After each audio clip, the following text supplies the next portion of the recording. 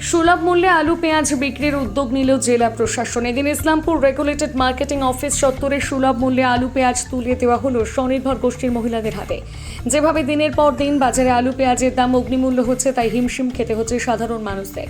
তাই সাধারণ মানুষের কথা চিন্তা করে উত্তর দিনাজপুর জেলার নিয়ন্ত্রিত বাজার সমিতি কৃষি বিপণন বিভাগের ব্যবস্থাপনায় উত্তর দিনাজপুর জেলা প্রশাসনের সহায়তায় শনিবার ইসলামপুর রেগুলেটেড মার্কেটিং অফিসে ইসলামপুর মহকুমার 5টি ব্লকের স্বনির্ভর গোষ্ঠীদের হাতে আলু পেঁয়াজ তুলে দেওয়া হয়।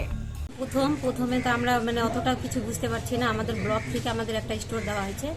প্রথমে বলছিল আলু পেঁয়াজ নিয়ে যাওয়ার জন্য, এখন তো দেখছি সবজির দামটা যেরকম বাড়ছে, তাহলে আগামী দিনে আমাদেরও চিন্তা ভাবনা থাকবে যে সবজিটাও আমাদের নিয়ে যাওয়াটা ভালো হবে।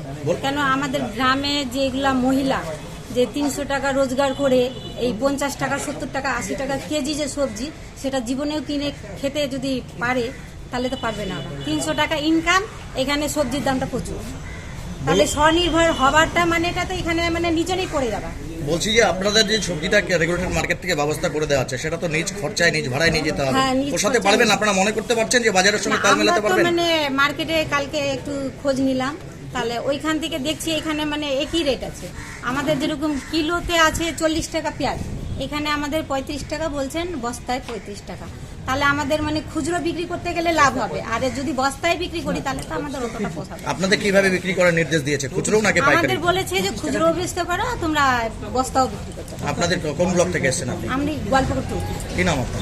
আমার নাম রেণু শর্মা। কোন সেলফ হেল্প? আমাদের এই চাকুলিয়া স্বপ্ন মহিলা সংঘ করাই হচ্ছে। আমরা যেটা নিয়ে এসেছি সেটাকে বেছে বেছেই কাস্টমাররা নিচ্ছেন ওখান থেকে।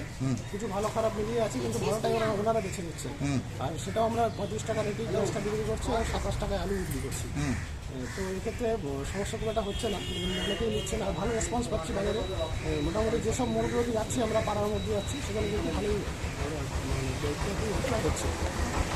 বললাম বাজারে আপনারা আম জনতা সাধারণ মানুষ ক্রেতারা এক দামে কিনছেন, সেটা একটু বেশি দাম, আপনারা কম দামে দিচ্ছেন। কোথাও কি কোনো এরকম প্রতিবন্ধকতা বা বিরোধিতার শিকার হতে হচ্ছে, যেখানে বলছে আপনারা কেন বিক্রি করছেন? এখনো পর্যন্ত সেরকম কোনো সমস্যা আসেনি। আর যেহেতু এটা সরকারের সাহায্যে হচ্ছে, সেক্ষেত্রে কেউ সমস্যা সমস্যার কোনো সম্মুখীন হয়নি।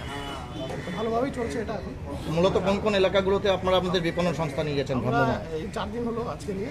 4 দিনের মধ্যে চৌরঙ্গি মোড়, আমরা ওইদিকে থানা কলোনির দিকে কিছুটা গেছি, ইসমাইল চক, তিনপুর মোড় এবং বাস টার্মিনাসে একটি জায়গায় স্টলটাকে আমরা লাগিয়েছি, এবং আরও সমস্ত ওয়ার্ডগুলোকে আমরা কভার করবো আস্তে আস্তে। অনেক ধন্যবাদ। কি নাম আপনার? আমার নাম আব্দুল আলিম পারভেজ, আমি ইসলামপুর এগ্রি ফার্মার্স প্রডিউসার কোম্পানির চেয়ারম্যান।